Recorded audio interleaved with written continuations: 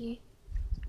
Just going back to the heavy feelings like some of us are experiencing in the room. Mm-hmm. So is that because I don't want to take personal responsibility for the things in my soul that are like open to oppression? So I'm now attracting spirits who are like in an addiction with that, and because I haven't healed it, that's my issue of personal responsibility. Yeah. So what I'm noticing is that most of you do not want to take personal responsibility for loving yourself. You don't. You want someone else to love you. You do not want to primarily be responsible for loving yourself. You see? So what that does is that opens you to all sorts of influences that are negative. You don't want to work through the issue as to why you can't love yourself. And so what you do is you avoid those by creating a whole heap of addictions where you want other people to love you and other people to tell you. You do this with me all the time, honestly. You want me to tell you what's wrong with your life. Like, that's an addiction.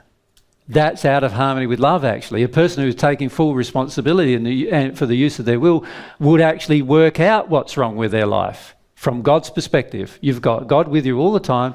You could choose to do that.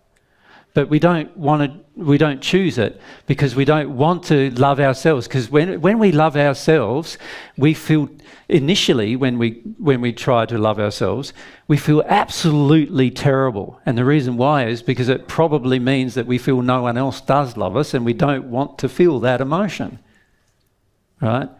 So what we do is we madly run around trying to get everybody to love us, so that we can avoid the fact that we don't love ourselves. Because if you truly loved yourself and you truly felt you had some worth, you wouldn't be running around trying to get everybody to love you, would you? No. You'd love you, and so you'd know the truth. You'd know the truth. You'd start engaging that, and you would start wanting to act in harmony with that, obviously. And that means that you wouldn't need anybody to love you. But if somebody does love you, it also means that you would appreciate it. Most of you, when somebody loves you, you don't appreciate it at all because you have a demand that they should have in the first place. You don't see love as a gift, right? And this is all exercising your will to not see love as a gift, to not take personal responsibility that at some point you've got to learn to love yourself. And when you do, you'll feel completely different about that particular subject. And not only that, you won't care so much about what the world thinks of you when you go and do something they disagree with when you know it's in harmony with love. So it won't bother you then either, right? You want to ask more, Kate? Can I ask another question? Sure, you can. Yeah, so I'm seeing that the problem of engaging my will to take personal responsibility, like that has at its core, like again, I don't want to feel my painful emotions. Mm-hmm. And I need to engage my will to feel my painful emotions. No, what you need to firstly do is engage your will to feel about why you don't want to feel your painful emotions. Like, the soul has been made to feel its emotion. Right? The fact that you're not feeling your emotion means that you don't want to. Right? So I don't want to. Responsible. Be responsible. I don't want to.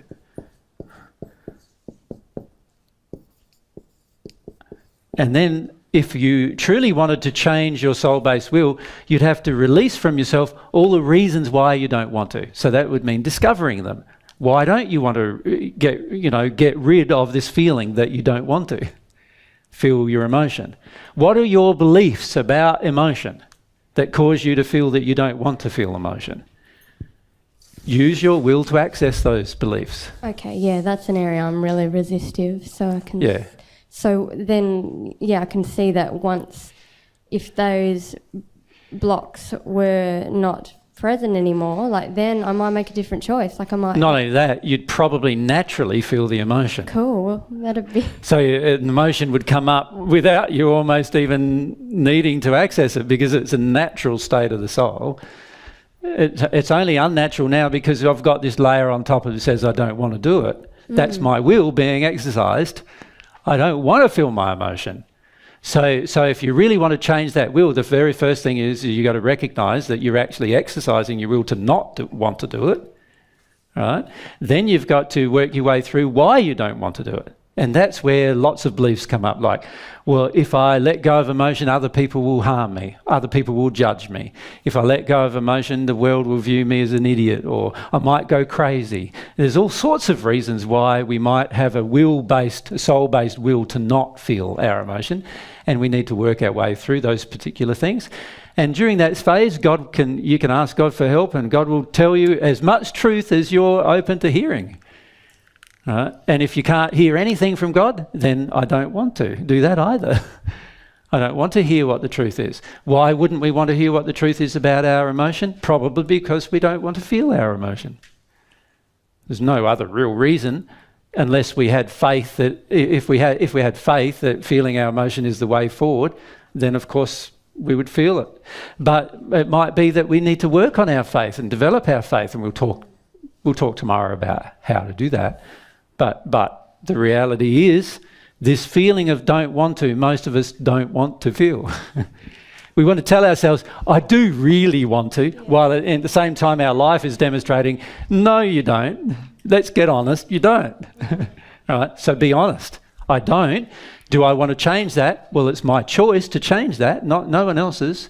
It's not some indiscriminate thing or some spirit influence that's causing that state. That's me making a choice.